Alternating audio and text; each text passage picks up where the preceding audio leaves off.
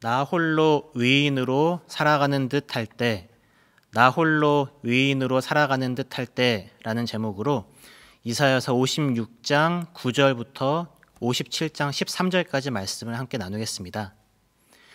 어제 본문인 이사야서 56장 1절부터 8절에서 하나님은 구원의 약속을 하셨습니다. 이 구원은 기존에 율법적으로 배제되었던 사람들도 모두 다 포함하는 구원입니다. 이방인과 고자들도 안식일을 지키고 하나님께서 기뻐하시는 일들을 선택하고 하나님의 언약을 굳게 잡는다면 기존의 유대인들 못지않은 구원과 은혜를 받아 누릴 것이라고 약속하셨습니다. 여기서 중요한 점은 구원이 결국 하나님에 의해서만 허락된다는 것입니다.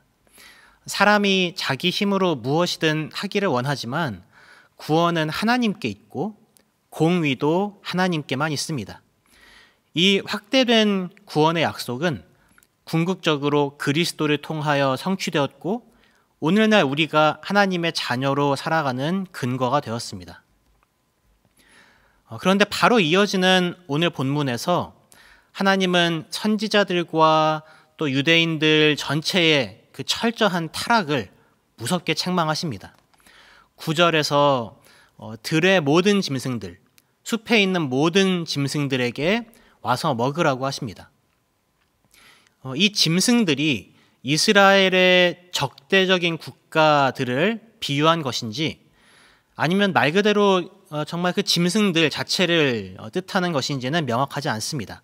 만약에 이것이 적대국이라고 한다면 하나님께서 징계의 도구로 그 나라들을 사용하신다는 말씀이고 문자 그대로 짐승들이라고 한다면 황폐해지고 전쟁으로 죽은 시체가 널브러진 마을에 짐승들이 와서 그 시체를 먹으라는 말일 수 있습니다. 어떻게 보더라도 이스라엘이 심각한 위기에 빠져 있다는 것을 보여줍니다. 이런 지경이 된 이유가 무엇일까요? 우선 이스라엘의 파수꾼으로 세우신 선지자들이 타락했습니다. 그들은 하나님의 말씀을 선포하여서 그릇된 길로 가고 있는 백성들에게 경고해야만 했습니다. 그러나 그들은 맹인이라 보지 못했습니다. 그들은 무지했고 마치 짖지 못하는 벙어리 개들처럼 마땅히 전해야 할 말씀을 전하지 않았습니다. 도리어 그들은 게을러서 누워있고 잠자기를 좋아했습니다. 10절에 꿈꾸는 자들로 번역된 호짐이라는 히브리어 단어는 코를 벌름거리는 자들이라는 말로 번역될 수도 있습니다. 또 이 호짐이라는 똑같은 단어가 또한 선견자들을 의미하기도 합니다. 그러니까 이 선견자로서 하나님의 이상을 보아야 하는 자들이 드러 누워서 코를 벌름거리며 졸기를 즐길 뿐이라는 말씀이 됩니다. 11절에 그들을 이 개들이라고 표현하시면서 그들이 단순히 게으를 뿐만 아니라 탐욕이 심하여서 족한 줄을 모르는 자들이고 몰지각한 목자들이고 다 자기 길로 돌아가면서 자기 이익만 추구하는 이기적인 자들이라고 책망하십니다. 12절에 그들은 또한 매일매일 독한 술을 잔뜩 마시며 취해 있다고 하십니다. 그런데 문제는 이스라엘의 영적인 지도자들만 타락한 게 아니라는 겁니다. 57장 1절에 위인이 죽을지라도 마음에 두는 자가 없다라고 하십니다. 진실한 이들이 거두어감을 당할지라도 깨닫는 자가 없다라고 하십니다. 온 세상에 여호와를 경외하는 자들은 환난을 당하고 그들 외에 의인은 하나도 없는 것 같습니다. 2절에 그러나 의인들은 비록 이 땅에서 환난을 당하나 평안에 들어갑니다. 비록 환난과 핍박이 있는 가시밭 길이라 할지라도 그 길이 바른 길이라면 하나님께서 기뻐하시는 길이라면 뚜벅뚜벅 걸어가는 겁니다. 그런 의인들, 그들은 세상에서 잠깐 고난을 당하고 그렇지만 도달한 길의 끝에서는 영원한 평안을 누릴 수 있습니다. 3절부터는 이제 우상 숭배자들을 향하여 말씀하십니다. 무당의 자식, 간음자와 음녀의 자식들아 라고 부르십니다. 하나님은 지금 그들이 아브라함의 자손임을 부정하고 계십니다. 이스라엘인인데 아브라함의 자손이라고 부르지 않으시고 그들의 어머니는 무당과 매춘부이고 그들의 아버지는 간음자라고 부르십니다. 그들은 우상 숭배로 하나님을 조롱합니다. 4절에 너희가 누구를 희롱하느냐, 누구를 향하여 입을 크게 벌리며 혀를 내미느냐라는 질문은 그들이 하나님을 향하여 매우 직접적으로 조롱하는 태도를 보였음을 짐작하게 합니다. 그들은 하나님이 아니라 우상과 거짓된 가치들을 숭배했습니다. 그들은 패역의 자식, 거짓의 후손입니다. 가나안 종교의 두 가지 측면은 풍요 숭배와 자녀 제사였습니다. 풍요 제사에서는 상수리 나무를 정원 한가운데에 두고 주위를 울타리로 둘러쌌습니다. 상수리 나무는 일종의 신목이었는데 바알의 풍요 제사를 고발할 때 자주 사용되는 푸른 나무 혹은 무성한 나무라는 표현이 같이 사용됨으로써 이 고발의 대상이 이 바알 숭배의 풍요 제사를 드리는 자들임을 더 분명히 하십니다. 학자들은 보통 이스라엘에 나무가 비교적 드물었기 때문에 가뭄이나 폭풍이나 계절의 변화 등을 견뎌낼 수 있는 이 나무의 능력과 사람의 생식 능력을 연결시켰을 것으로 보고 있습니다. 그래서 그 그늘 아래에서 성행위를 하면 그 생식력에 동참할 뿐만 아니라 그 생식력의 보탬이 될 것이라고 생각했을 것입니다. 창조주 하나님과의 영적인 관계보다 피조물의 능력과의 이 물리적인 관계가 능력을 얻는 열쇠가 되어버린 겁니다. 바알을 향한 풍요 제사와 함께 몰렉을 위한 인신 제사가 동반되었습니다. 오늘 본문에서는 자녀를 죽여서 몰렉에게 바치는 행위가 골짜기 가운데 바위 틈에서 행해졌다고 합니다. 이 끔찍한 우상 숭배를 행하기 위해 이스라엘인들은 심지어 제비를 뽑아서 자기 몫을 정했던 것 같습니다. 그리고는 그곳에서 하나님께 드려야 할 전제와 예물을 우상에게 바쳤습니다. 이 참담한 광경 앞에서 6절 하반절에 하나님께서 이렇게 탄식하십니다. 내가 어찌 위로를 받겠느냐. 이스라엘은 높은 산에서 음란한 잠자리를 폈고 우상 숭배를 했습니다. 창기의 집처럼 치장한 집에서 옷을 벗고 우상들과 몸을 섞으며 욕정을 배출했습니다. 하나님께 드렸어야 할 향기로운 기름과 향품을 몰렉에게 바쳤습니다. 죽은 자들의 신 몰렉을 만나기 위해 스올로 내려갑니다. 그 길이 멀고 피곤한데도 그들의 욕망을 채우고자 하는 열심이 너무도 강하여서 헛되다 말하지 않고 힘이 살아나서 쇠약해지지 않습니다. 여러분, 이스라엘은 입으로는 하나님을 믿는다고 했습니다. 그들이 아브라함의 후손이며 선택받은 하나님의 백성이라는 자부심을 갖고 있었습니다.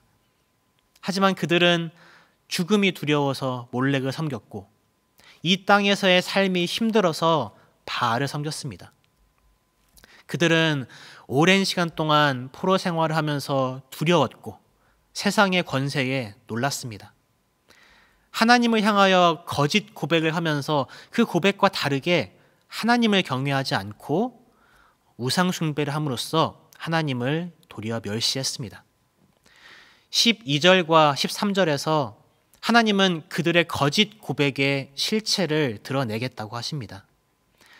진짜 환난이 닥쳐올 때 하나님께서 재판관으로 이스라엘을 향하여 서실 때 두려움에 사로잡힌 이스라엘이 하나님이 아닌 우상들을 향해 부르짖을 것입니다. 하나님은 내가 부르짖을 때에 내가 모은 우상들에게 너를 구원하게 하라고 하십니다. 그러나 그 우상들은 아무 도움도 되지 않고 다 바람에 날려가 버릴 것입니다. 그러나 그 타락한 사람들 속에서도 하나님을 위로하는 자들이 있습니다. 가시밭길, 바른 길로 가는 자들이 그 땅에도 남아 있습니다. 하나님을 경외하며 하나님께 피하는 자들은 땅을 차지하고 거룩한 산을 기업으로 얻을 것이라고 약속하셨습니다. 우리 주변을 둘러봅시다. 이 땅에도 참 많은 우상 숭배와 또 부패한 지도자들이 있습니다. 일터에서 또 학교에서 심지어 교회에서도 때로는 사람에게 질릴 때가 참 많이 있습니다. 하나님을 향한 경외가 아니라 자기 욕망을 채우기 위해 이기적이고 부패한 속성이 불쑥불쑥 드러날 때가 있습니다. 네, 교회가 참 많이 부족해 보일 때도 많이 있습니다.